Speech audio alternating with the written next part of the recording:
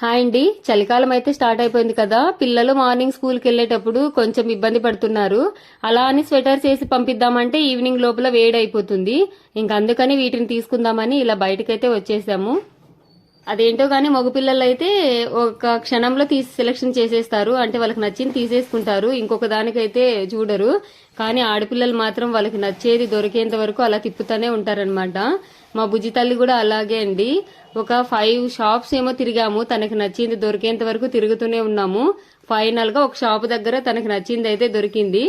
ఏదైనా సరే వాళ్ళకి నచ్చింది తీసుకున్నాం అనుకోండి, వాళ్ళ సంతోషానికి అసలు హద్దులే ఉండవు.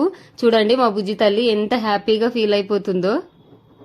ఫైనల్ గా వాళ్ళ షాపింగ్ అయితే కంప్లీట్ అయిపోయింది. నెక్స్ట్ నా షాపింగ్ అనమాట. అదేనండి, టుమారో లంచ్ కి ఏం చేయాలి, డిన్నర్ కి ఏం చేయాలి, వెజిటేబుల్స్, గ్రాసరీస్, ఇదన్నమాట నా షాపింగ్.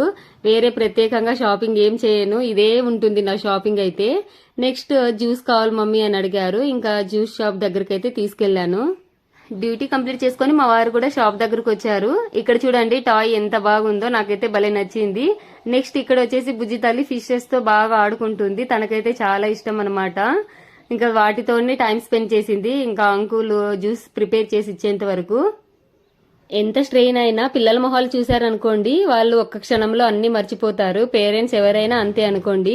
ఇక్కడ కూడా అంతే. మా వారు పాపం మార్నింగ్ నుంచి ఈవినింగ్ వరకు డ్యూటీ చేసి ఇప్పుడే వచ్చారు. ఇంకా వచ్చిన వెంటనే వాళ్ళు ఈ బుజ్జి తల్లి చూడండి, ఎప్పుడు ఇలానే ఇంట్లో అయినా ఎక్కడైనా సరే ఇలా మీదనే కూర్చుంటుంది. తండ్రి కూతుర్ల బాండింగ్ అలా ఉంటుంది అనుకోండి. ఇంకా స్కూల్లో జరిగినవి, ట్యూషన్లో జరిగినవి అన్ని మాట్లాడుకుంటూ కొద్దిసేపు అలా టైం స్పెండ్ చేశారు. అయితే మా పిల్లలు ఇలాగే ఉంటారు, అందరూ ఇలాగే ఉంటారు, నాకైతే అర్థం కావట్లేదు. ఇంతకు ముందు వరకు చలేస్తుంది మమ్మీ అని వీటి కోసం షాపింగ్ చేపించారు. తర్వాత ఏమో జ్యూస్ కావాలని అడుగుతున్నారు. ఇలా ఉంటుందన్నమాట పిల్లలతో. ఇంతేనండి వీడియో ఎలా ఉంది అనేది కామెంట్ సెక్షన్ లో కామెంట్ చేయండి. అలాగే లైక్ చేయండి, సబ్స్క్రైబ్ చేయండి, ఛానల్ ని ఫాలో అవ్వండి. మరొక మినీ వ్లాగ్ తో మీ ముందుకైతే వచ్చేస్తాను. ఓకే మరి, బాయ్.